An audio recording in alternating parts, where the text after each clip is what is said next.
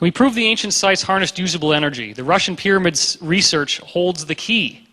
The Russians, after the fall of the Iron Curtain, had all of their military-industrial complex, all of their infrastructure, and they had the laboratories available to be able to build pyramids and study what they would do, and that's what they did. Here are actual photographs of the Russian pyramids. Check this out. These are enormous. These are little bitty, those little dots down there, those are people. Okay? So look at that. Look at the size of that thing. Here's somebody posing in front of it. Here's what it looks like on the inside. It's made of PVC plastic pipes with a fiberglass facing. Sometimes they were built near oil fields, as you can see here. Sometimes they were built out in the countryside. That's a smaller one. Here he is posing in front of it. Now, some very, very strange things happened when they did this. If they built one over an oil well, it would become 25% more productive, and the oil that came out was 25% purer. It would make poisonous chemicals no longer poisonous to the body. They would become safe enough that you could dump it on your skin or drink it and you were fine. I do not recommend that you try this. Okay? But that's what they said they found. Diseases would be cured, even cancer. It's an energetic phenomenon.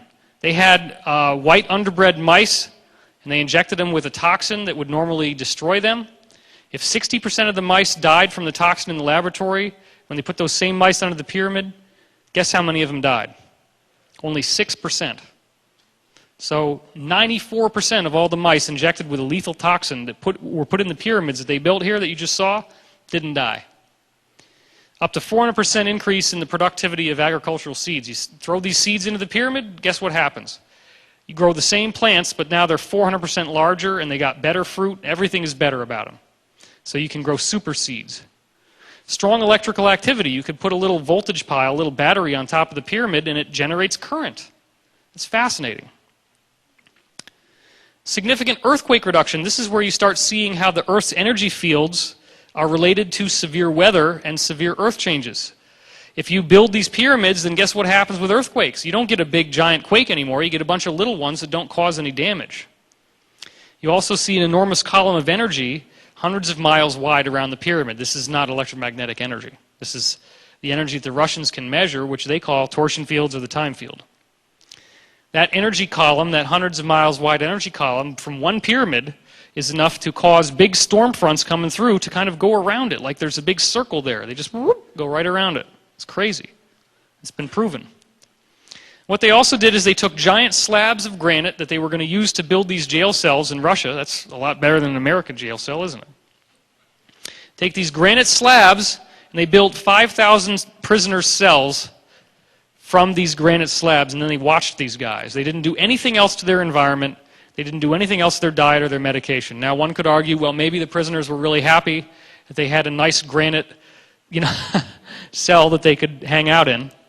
But that's not enough to explain what happened, because they had a profound improvement in their attitude and behavior, including substantial increase in addiction recovery from alcoholism and drug abuse.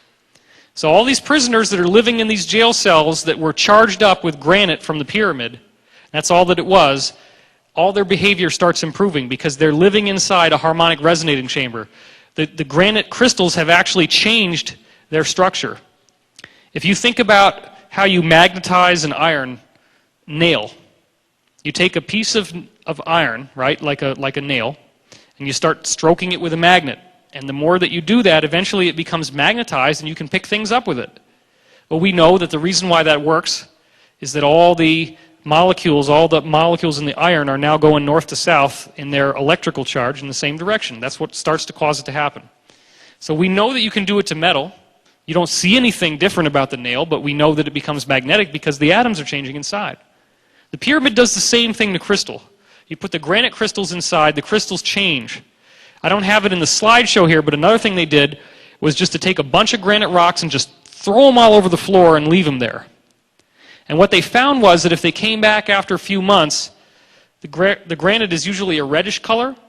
They came back after a few months and there were rings in the rocks that they just thrown on the ground, and the rings were whitish.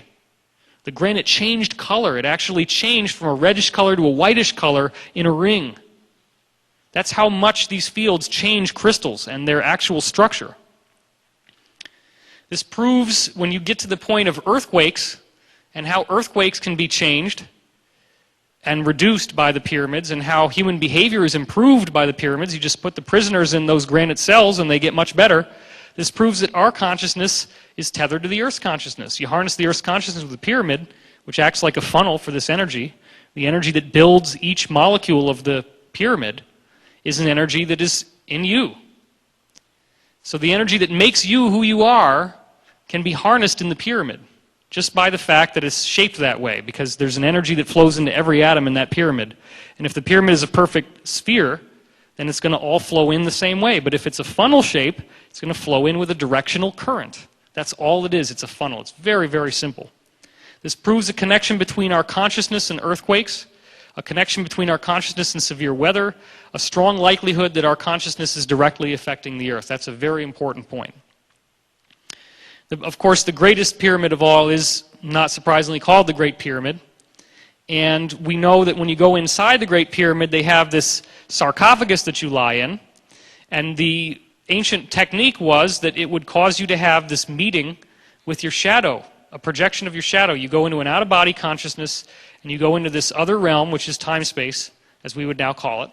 You encounter your shadow projection, and if you can heal yourself, which means if you embrace your shadow, you know, the best thing you can do if you're in a nightmare and something is chasing you and you're terrified of it, don't keep running.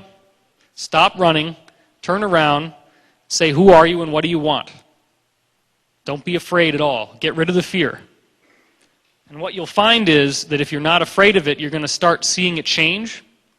And the more that it changes, the more you'll see that it's yourself. And when you realize that it's yourself, you embrace it. And there's this huge flash of white light, and you have this amazing experience, and you wake up in tears. Many people have reported this. That's the integration process the pyramid is talking about. Except in the pyramid, it's so powerful that you literally come out with ascended abilities. You literally can do things that we would consider miracles, such as telekinesis, levitation, instant healing, telepathy, etc.